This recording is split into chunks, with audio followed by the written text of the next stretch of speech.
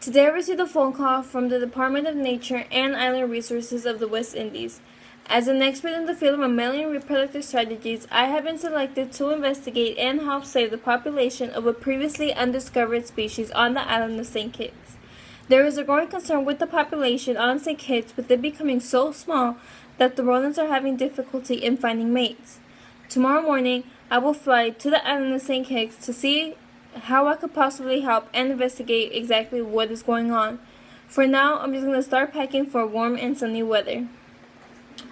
So, after 1 month and 240 attempts to bring a Nevis rodent into the St. Kitts Island, my plan has failed. I did not observe one single reproductive event.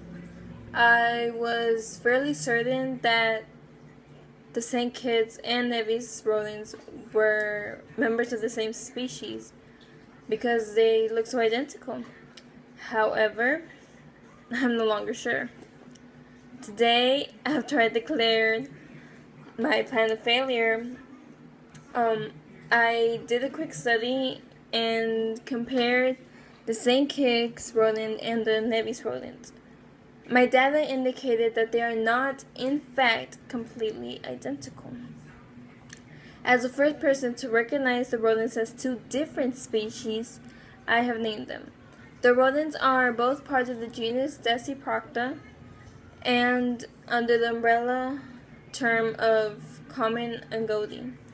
I have named the St. Kitts rodent the St. Kitts agouti and the Nevis rodent the Nevis agouti, with their scientific names being Deciprocta Santa Kit and Deciprocta nevi. According to this data, the rodents aren't so identical after all. Because of their differences and their inability to mate, I believe that the St. Kitts rodents and the Nevis rodents are two separate and distinct species. Last week, I investigated how and why the St. Kitts agates and the Nevis agates developed as two separate species. I have found several reasons. Number 1. According to a local geologist I have been working with, millions of years ago, a large land bridge connected St. Kitts and Nevis at the time.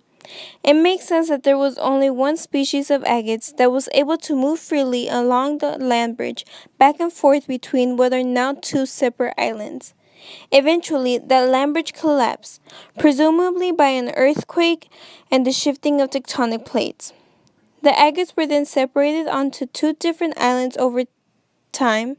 Allopatric speciation took place.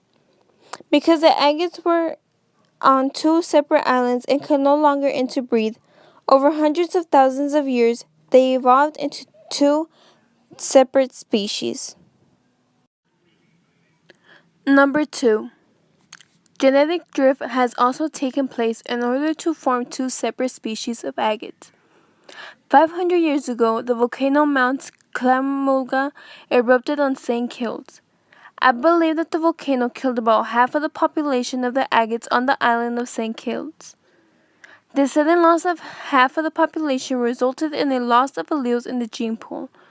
With less genetic variation, the species of St. Kitts agates evolved differently and separately from the Nevis agates. This is called the bottleneck effect. Number 3. When I attempted to breed the St. Kitts agates and the Nevis agates, I noticed two separate pre-zygotic reproduction isolations that the agates had. On average, a St. Kitts agate had a gestation time of 29.3 days, and the Nevis rodent had a gestation time of 42.7 days, a 13.4-day difference. That is significant enough to prevent a successful reproduction between the two species. This is pre-zygotic reproduction isolation, temporal isolation. In addition, the St. Kitts agates had a courtship display of an average 12.6, and the Nevis agates had a courtship display on average of 21.3. This means that it is unlikely for an attraction to occur between the two species of the agates. This is pre-zygotic reproduction isolation, behavior isolation. Number 4. Over time, the organisms best suited for the environment and the island survived, reproduced, and passed on their favorable alleles onto future generations. This is called natural selection.